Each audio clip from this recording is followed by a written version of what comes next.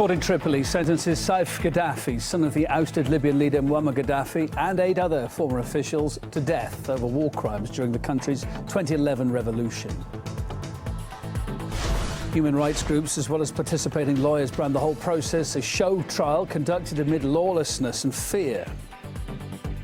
It's clearly a complete show trial in respect to all of the defendants, as completely illegitimate. It's basically a trial by militia. Plus, fears grow that Syria now will see a repeat of Libya after Turkey and the US announced plans to create an ISIL-free zone on Syrian territory, including a no-fly zone.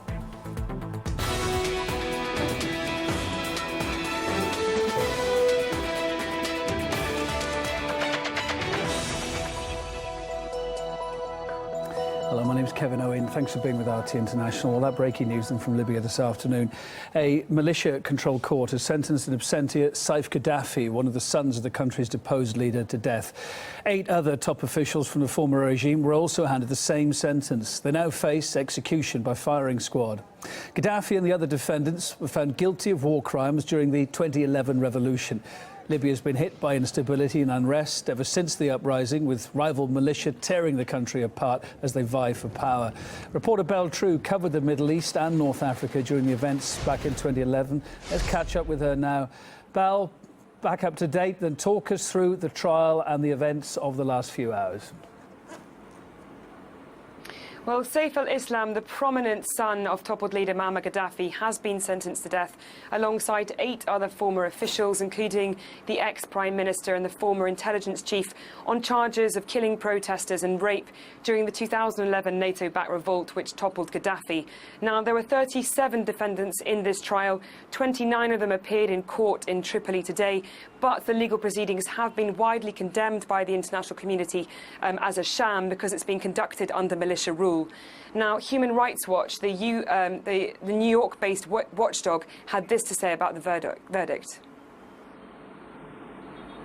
This trial has been plagued by persistent, credible allegations of fair trial breaches that warrant independent and impartial judicial review. The verdict comes as armed conflicts combined with the collapse of a central government authority have eliminated any semblance of law and order in many parts of Libya.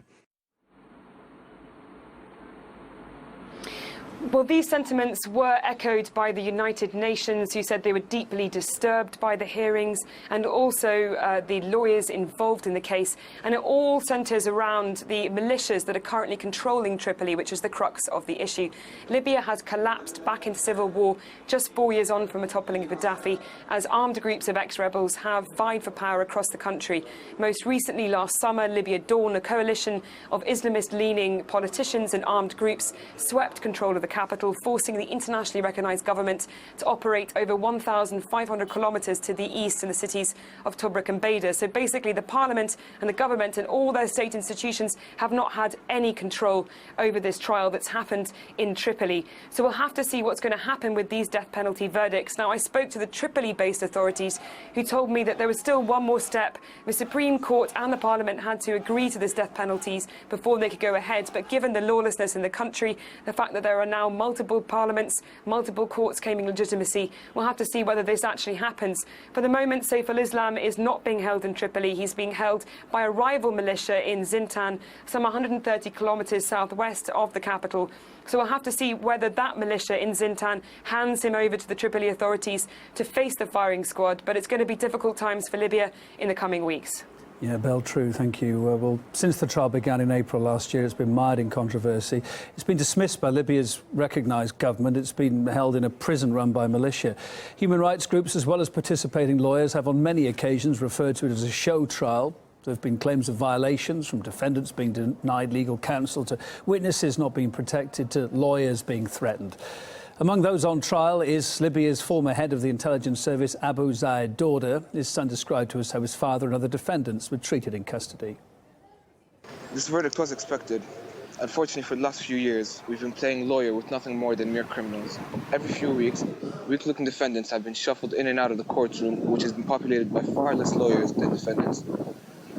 Lawyers have been kidnapped, shot at, threatened, and forced to risk their lives by traveling to a war zone to see their clients. My father's lawyers alone have been forced to flee, arrested, abused at the court itself, and one was shot in the leg. Defendants have indicated time and time again that they have been mistreated by militia, denied access to their lawyers, interrogated under coercive circumstances, forced to sign false statements, and denied essential medical treatment.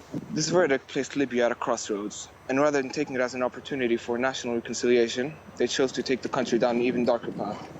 The internationally recognized government has already dismissed the trial and stated that any legal proceedings are to be considered illegal. If the international community continues to ignore, or even worse, puts a stamp of approval on this unjust trial, it is then creating a template which will undermine any genuine efforts for the building of a judicial system that adheres to the rule of law and setting terrible precedents for the new Libya.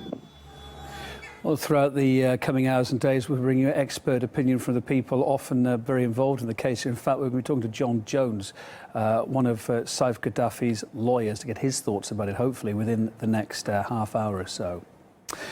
So serious doubts then raised concerning the fairness of the trial of Saif al-Gaddafi, which is being held amid deepening chaos in Libya with armed militias engaged in constant battles.